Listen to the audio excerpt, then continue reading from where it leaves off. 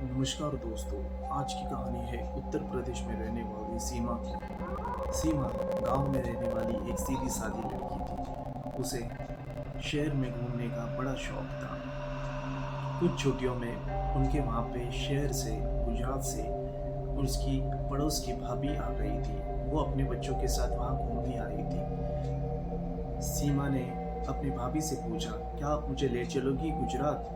तो भाभी ने तुरंत ही हाँ में हाँ ही भर दी और वह गुजरात से सीमा को लेकर आ गई। सीमा को गुजरात आके बड़ा ही अच्छा लग रहा था। सीमा के 2-4 दिन भाभी के साथ खुशी खुशी बीत गए थे। उसके भाभी ने और उसने सोचा कि हम कहीं काम ढूंढ ले।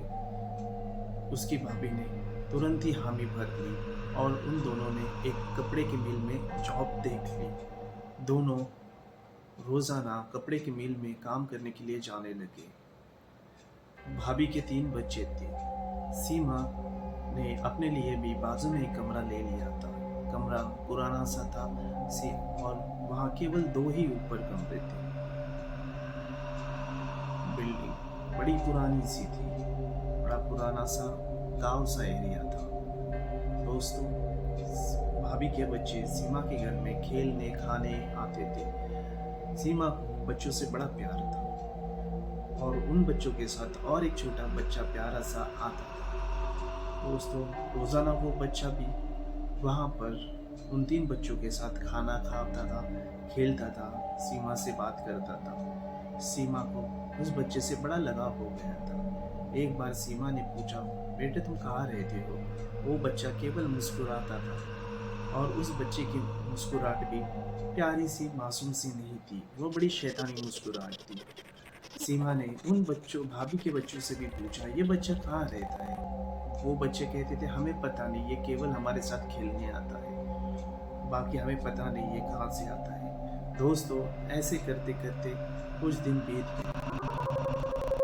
4-5 दिन बाद सीमा ने सोचा, ये बच्चे बड़े शोर कर रहे, इन्हें भगा दो। सीमा ने सारे बच्चों को मना कर दी, लेकिन वो अनजान बच्चा एक बार सीमा के दरवाजे में आकर रुका था।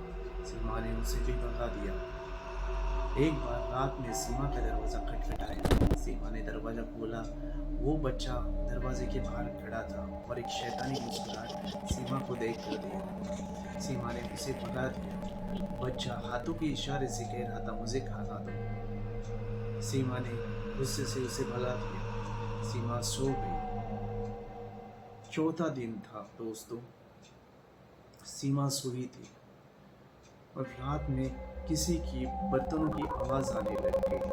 सीमा ने हल्की सी नींद से आंखें खोलकर देखने की कोशिश की तो वही बच्चा, अनजान बच्चा, खाना खा रहा था सीमा के पीछे। सीमा ने तुरंत ही उठकर बैठकर आंखें खोल दी और देखा तो वो बच्चा गायब हो गया, लेकिन खाने के बर्तन बिखरे हुए थे। सीमा हैरान हो गई।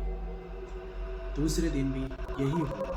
सीमा ने फिर सोचा तीसरे दिन कि आज तो मैं खाना बनाऊंगी। दोस्तों, सीमा सो गई। रात का वक्त था, अमावस थी उस दिन। सीमा को ये पता नहीं था कि आज अमावस है। सीमा खिड़की से बाहर रोज सनराइज देखा करती थी। सीमा की नज़र आज आसमान पे शाम में पड़ी थी।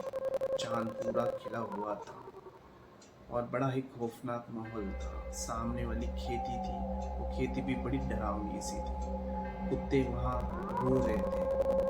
आज का दिन बड़ा अजीब था। सीमा ने सोचा, आज तो मैं खाना बनाऊंगी ही नहीं। सीमा वैसे ही सो गई। दोस्तों, बीच रात में सीमा के हाथों में जलन सी चुभन सी होने लगी। सीमा अपने नींद से जगने की कोशिश कर रही थी और वो ही बच्चा सीमा की उंगलियां खा रहा था। सीमा चिल्ला कर उठ गई।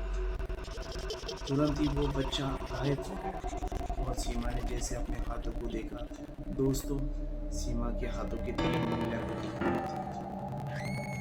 दोस्तों, सच को प्रमाण की जरूरत नहीं होती है। मैंने जब सीमा का हाथ देखा था, उसके हाथ पर केवल 7 ही उंगलियां थी और वो 7 उंगलियां उस दिन को दर्शाती है, उस 7 दिन को जब वो बच्चा उसके साथ 7 दिन रहा था। सीमा को आज भी वो वीडियो देखकर वही 7 दिन याद आते हैं। सीमा आज भी गुजरात में काम करती है। केवल आज उसके हाथ में 10 की जगह केवल 7 ही उंगलियां। उसके हाथ में केवल 7 ही उंगलियां बाकी है। और आप सोचते होंगे ये बच्चा कौन था और कहाँ से आया था। दोस्तों, जाने अनजाने में सीमा अपनी सहेली अंजलि के साथ कहीं घूमने गई थी। शाम के वक्त उसने चिकन मंचूरियन लिया था। दोस्तों, उसने मंचूरियन खाने के बाद वही थोड़ा मंचूरियन फेंक दिया था। उसने ऐसी जगह फेंका था, उसके घर के पास ही बच्चों का कब्रिस्तान था। इसने गलती से किसी कब्र पे वो मंचूरियन फेंक दिया था और वो शैतानी बच्चा वहीं से सीमा के पीछे पड़ गया था। दोस्तों, आप भी हमेशा सतर्क और सावधान रहिए। कोई भी खाने की चीज़ अपने डस्टबिन में फेंका करिए और कोई भी अनजान बच्चा अपने गोदी में तुरंत लेना नहीं है। शाम का वक्त ऐसा होता है जो वीराना जगह होती है, वहाँ शैतान जानवर के रूप में या बच्चे के रूप में या बूढ़े के रूप में या किसी भी इंसान के रूप में आपके पास आ सकता है। सतर्क और सावधान रहिए। और अपने बच्चों को एक बात देख लीजिए, कहीं ऐसे ही कोई शैतानी बच्चा आपके बच्चों के साथ तो नहीं खेल रहा है। धन्यवाद।